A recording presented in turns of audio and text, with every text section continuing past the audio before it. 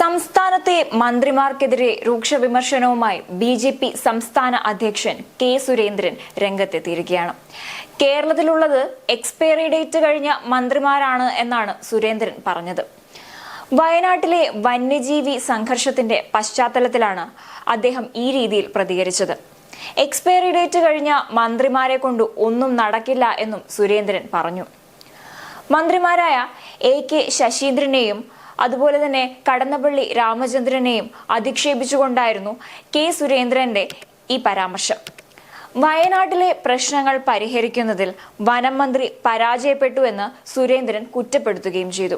വനം വന്യജീവി നിയമത്തിലെ പരിഷ്കാരങ്ങൾ കേരളത്തിൽ നടപ്പാക്കിയില്ല എന്നും പുത്തൻ സാങ്കേതിക വിദ്യകൾ അറിയുന്ന ഫോറസ്റ്റ് ഗാർഡുകൾ കേരളത്തിൽ ഇല്ല എന്നും അദ്ദേഹം കൂട്ടിച്ചേർത്തു. വനം മന്ത്രി തന്നെ പഴഞ്ചനാണ് എന്നും കെ. സുരേന്ദ്രൻ പരിഹസിച്ചു. ആനയെ കണ്ടെത്തിയാൽ 8 മണിക്കൂർ കഴിഞ്ഞാണ് ഇവിടെ വിവരം ലഭിക്കുന്നതെന്നും കേന്ദ്രം നൽകുന്ന പണം സംസ്ഥാനത്ത് ചിലവഴിക്കുന്നില്ലെന്നും സുരേന്ദ്രൻ പറയുകയുണ്ടായി. എന്നാൽ അതേസമയം ലോഹയിട്ടവർ പ്രകോപനമുണ്ടാക്കി എന്ന ബി.ജെ.പി. വയനാട് ജില്ലാ പ്രസിഡന്റിന്റെ പ്രസ്താവന പാർട്ടി നയം അല്ല എന്ന് വ്യക്തമാക്കാനും അദ്ദേഹം ഓർമ്മിച്ചു. ഇക്കാര്യത്തിൽ ജില്ലാ പ്രസിഡന്റിനോട് പ്രസ്താവന തിരുത്താൻ ആവശ്യപ്പെട്ടിട്ടുണ്ടെന്നും സുരേന്ദ്രൻ പറയുകയുണ്ടായി. എന്നാൽ അതേസമയം ലോക്സഭാ തിരഞ്ഞെടുപ്പിനുള്ള കേരളത്തിലെ സ്ഥാനാർത്ഥി പ്രഖ്യാപനം ഉടൻ നടത്തുമെന്ന് അദ്ദേഹം വ്യക്തമാക്കിയിട്ടുണ്ട്. കേരളത്തിൽ നിന്ന് 7 സീറ്റുകളിൽ ബി.ജെ.പി. ജയിക്കുമെന്നും വയനാട്ടിലും കോഴിക്കോടും മുന്നേറ്റമുണ്ടാക്കാൻ ബി.ജെ.പിക്ക് സാധിക്കുമെന്നും അദ്ദേഹം പ്രത്യാശ പ്രകടിപ്പിക്കുന്നുണ്ടായിരുന്നു. കേരളത്തിൽ മോദി തരംഗം ഉണ്ടാകുമെന്നും അദ്ദേഹം അവകാശപ്പെടുന്നുണ്ട്. കോൺഗ്രസിന്റെ തകർച്ച കേരളത്തിൽ ബി.ജെ.പിക്ക് ഗുണം ചെയ്യുമെന്നും അദ്ദേഹം കരുതുന്നു. കോൺഗ്രസിന് 40 സീറ്റ് പോലും ലഭിച്ചില്ലെങ്കിലും രാഹുൽ ഗാന്ധി പ്രധാനമന്ത്രിയാകുമെന്ന പ്രതീക്ഷയില്ലെന്നും സുരേന്ദ്രൻ കൂട്ടിച്ചേർക്കുന്നുണ്ട്. അതേസമയം ലോക്സഭാ തെരഞ്ഞെടുപ്പിൽ ഇത്തവണ താൻ മത്സരിക്കില്ല എന്ന് നേരത്തെ വ്യക്തമാക്കിയിരുന്നതാണ്. വ്യക്തിപരമായ തീരുമാനം പാർട്ടിയെ അറിയിച്ചിട്ടുണ്ടെന്നും ഇക്കാര്യത്തിൽ അന്തിമ തീരുമാനം എടുക്കേണ്ടത് കേന്ദ്ര നേതൃത്വമാണെന്നുമായിരുന്നു സുരേന്ദ്രൻ ബി.ജെ.പിയുടെ ദേശീയ കൗൺസിൽ യോഗത്തിൽ പങ്കെടുക്കുന്നതിനായി ഡൽഹിയിലെത്തിയപ്പോൾ പ്രതികരിച്ചിരുന്നത്.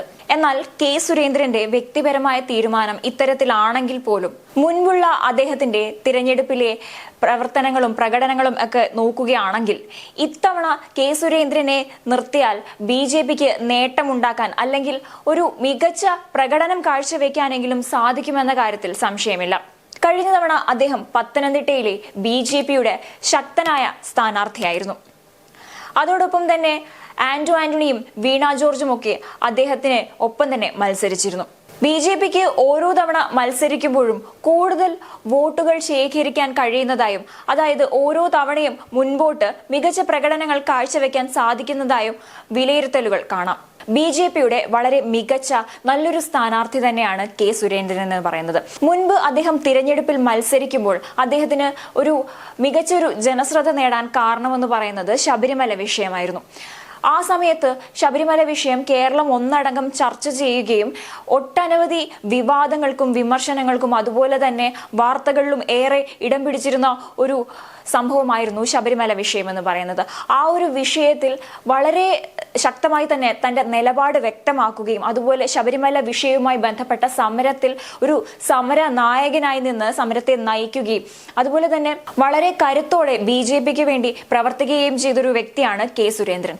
അദ്ദേഹത്തെ സംബന്ധിച്ചിടത്തോളം തിരഞ്ഞെടുപ്പിൽ മത്സരിക്കുകയാണെങ്കിൽ അല്ലെങ്കിൽ ബി.ജെ.പി. അദ്ദേഹത്തെ സ്ഥാനാർത്ഥിയായി മുന്നിൽ നിർത്തി തിരഞ്ഞെടുപ്പിനെ നേരിടുകയാണെങ്കിൽ തീർച്ചയായിട്ടും ബി.ജെ.പിക്ക് സാധ്യതകളുണ്ടെന്ന് പറയാൻ സാധിക്കും. അതുപോലെ തന്നെ അദ്ദേഹം പത്തനംതിട്ടയിൽ വീണ്ടും മത്സരിക്കുകയാണെങ്കിൽ പത്തനംതിട്ടയെ സംബന്ധിച്ചിടത്തോളം ഒരു ത്രികോണ മത്സരത്തിനുള്ള സാധ്യതയാണ് പത്തനംതിട്ടയിൽ കാണുന്നത്.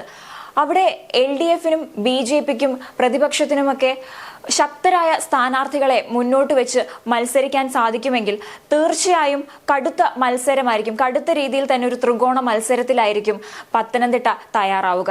കെ. സുരേന്ദ്രനെ സംബന്ധിച്ചിടത്തോളം അദ്ദേഹം പത്തനംതിട്ടയിൽ മത്സരിക്കുകയാണെങ്കിൽ അത് അദ്ദേഹത്തിന് ഏറെ ഗുണം ചെയ്യും. മുൻപ് പറഞ്ഞതുപോലെ ശബരിമല വിഷയം അടക്കമുള്ള വിഷയത്തിൽ അദ്ദേഹം മുന്നിട്ടിറങ്ങി അതിന് വേണ്ട പ്രവർത്തനങ്ങളൊക്കെ കാര്യക്ഷമമായി തന്നെ ചെയ്തതുകൊണ്ടും ജനങ്ങൾക്കിടയിൽ ഒരു സ്വാധീനം ചെലുത്താൻ കെ. സുരേന്ദ്രനെ കൊണ്ട് സാധിച്ചിട്ടുണ്ട്.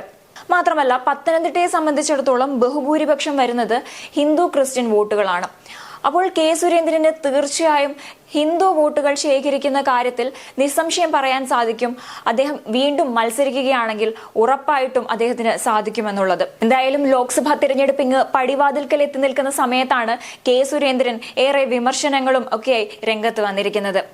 ഈ ഒരു സമയത്ത് മന്ത്രിമാർക്കെതിരെയുള്ള ഇത്തരത്തിലുള്ള രൂക്ഷമായ വിമർശനങ്ങളൊക്കെ ഏറെ മാധ്യമ ശ്രദ്ധ ആകർഷിക്കുന്നുണ്ട്.